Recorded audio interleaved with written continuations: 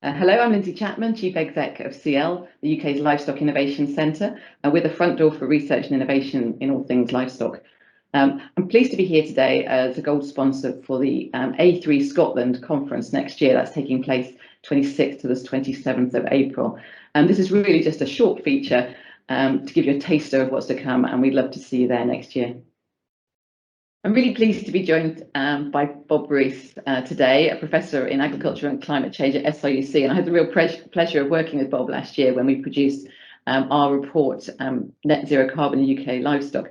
So Bob, do introduce yourself. Yeah, thanks, Lyndsay. It's a pleasure to join you today. So, as you say, I'm a professor of agriculture and climate change, and I work as the head of the Carbon Management Centre at Scotland's Rural College in Edinburgh. And the work that we do really focuses around trying to measure and model greenhouse gas emissions from agricultural systems and think about how those can be reduced through interventions in management. This is really topical work at the moment, as many will appreciate, given the very ambitious policy ambitions to reduce greenhouse gas emissions from agriculture and other sectors. And we work closely with policymakers in Scotland and the UK.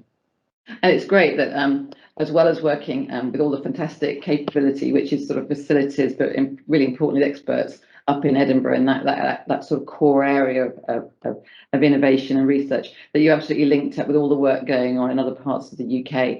And when you've worked in our reports, certainly you're working with Hampstead and AFBI and Queen's and lots of other universities doing great work. So it's bringing the best all together in one place.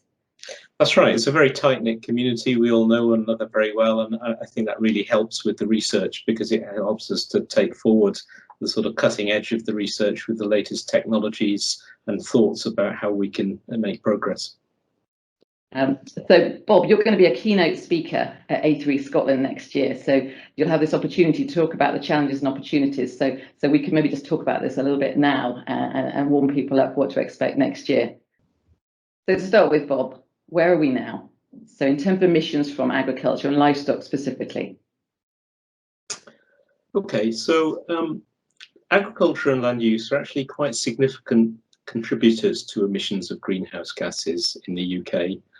We often think of greenhouse gases as arising from fossil fuel consumption, but actually agriculture and land use make up about a fifth of total greenhouse gas emissions. And of that, livestock are the largest single contributor. So what we do in agriculture and livestock, agriculture and land use is important in terms of our contribution to greenhouse gas mitigation.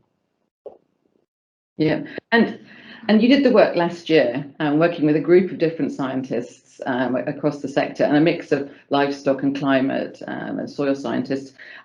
What did you find in terms of key hotspots and the real opportunities for us to reach our sort of combined ambition in this area? Yeah, so what we found was that there is an awful lot that we can do to reduce these emissions. It's interesting, we're talking today on the day that a report has come out from the Committee on Climate Change, highlighting the desperate need to reduce emissions in the agricultural sector. And I think what we found was there's still a lot that can be done with existing technologies to reduce those emissions and move us towards our net zero target. We don't have all the answers yet, and there's a lot of research still needed to get to the net zero target, but there's a lot that we can do. Yeah. And were there differences in terms of, we tend to think of livestock as one, but it's clearly very different in terms of species, but also system types. Were there key differences in terms of the two different groups, which we think of as ruminants, obviously, and monogastrics? Sure. So the ruminants and monogastrics behave very differently in terms of emissions. The ruminants are particularly important in terms of contributing to methane emissions, and methane is the most important greenhouse gas coming from agricultural systems. So we need to think very carefully about how we manage those systems. Non-ruminants are different. They don't produce the methane, so the emissions coming from them result from the feed and the way in which the systems are managed more generally. So the approaches that we would take in those different sectors will vary. Yeah, and obviously when we produced that report last year, it was very much trying to say this is a baseline, a summary of all the known science to give an evidence base to industry to use. But we know that there's more and more happening all the time. This is such an important topic. What are the key sort of research areas that you're looking at the moment at SRUC? Yeah, so there are quite a lot of things that we need to improve. The first thing we need to do is improve our accounting, because the accounting that we use is based on global IPCC methodologies, and these need to be tailored to our specific circumstances in the UK. I think in the past these have been very generic and haven't accurately represented the way in which emissions are produced in our farming systems. So we're doing a lot of work to improve that accounting. But then beyond that, we actually need to come up with new management techniques and approaches that can be used and adopted to reduce emissions. And there's a lot of exciting technology out there. There are all new ways of feeding animals, the genetics, we can use smart technologies. Some of these things are starting to come out onto the market, other things are a few years away. But I think we're going to make progress over the next few years in helping to deliver these targets with these technologies. Yeah, and I'm hopeful we'll be able to report on that at the conference next year. Absolutely. Certainly with this report you referred to, the CCC committee report of the 24th of June, there'll be certainly lots of headlines from that, and we'll be able to talk about the latest research at the conference. So do look up on the website the details, and we'll enjoy talking about it next year. But how do you, in terms of the information available, how do you want the information and evidence that you and your fellow scientists in this area are gathering to be used by policymakers?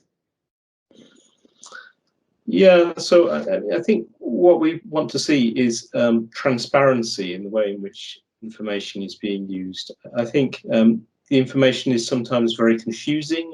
We see different metrics being used in different sectors, and this confuses the picture very significantly. We also find that when we make international comparisons, the comparisons between UK and production elsewhere are not necessarily using the same goalposts. So making sure that we understand how these comparisons are being made is important. And as I say, this is part of trying to improve the metrics that we use for reporting. That's so important. Yeah, it's really important, isn't it? And this translation of the information that's known, but also the future science is essential for uptake, really, and wide adoption. I think we've got this a collective ambition to really make a difference and make livestock part of the solution. And we've got this role in translating, providing the evidence and translating it so it's really accessible to people. So perhaps a simple question, Bob, but what people want to know the answer is, how can we get to net zero? Yeah, so this is a particular challenge for agriculture. For some sectors, we expect the sector to actually reduce their emissions completely to net zero, just by reducing emissions. But in agriculture, we can't do that, because agriculture is always going to be associated with emissions, however much mitigation we achieve. So the other side to this is that we have to use the agricultural and land use sector to remove emissions from the atmosphere, basically take up CO2.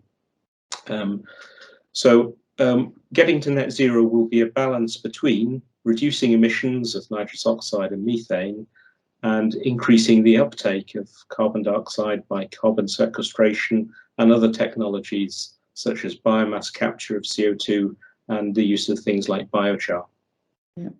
And there's work going on in all these areas at the moment. Absolutely, yeah, very much so in Edinburgh as well. Yeah, indeed. Yeah, great to hear. Just want to thank you for your time, Bob. Really enjoy working with you on this important subject. Look forward to talking with you in Edinburgh next year. And thanks for watching, everybody. Hope to see you at A3 Scotland, and should be a great event. Thank you. Thank you.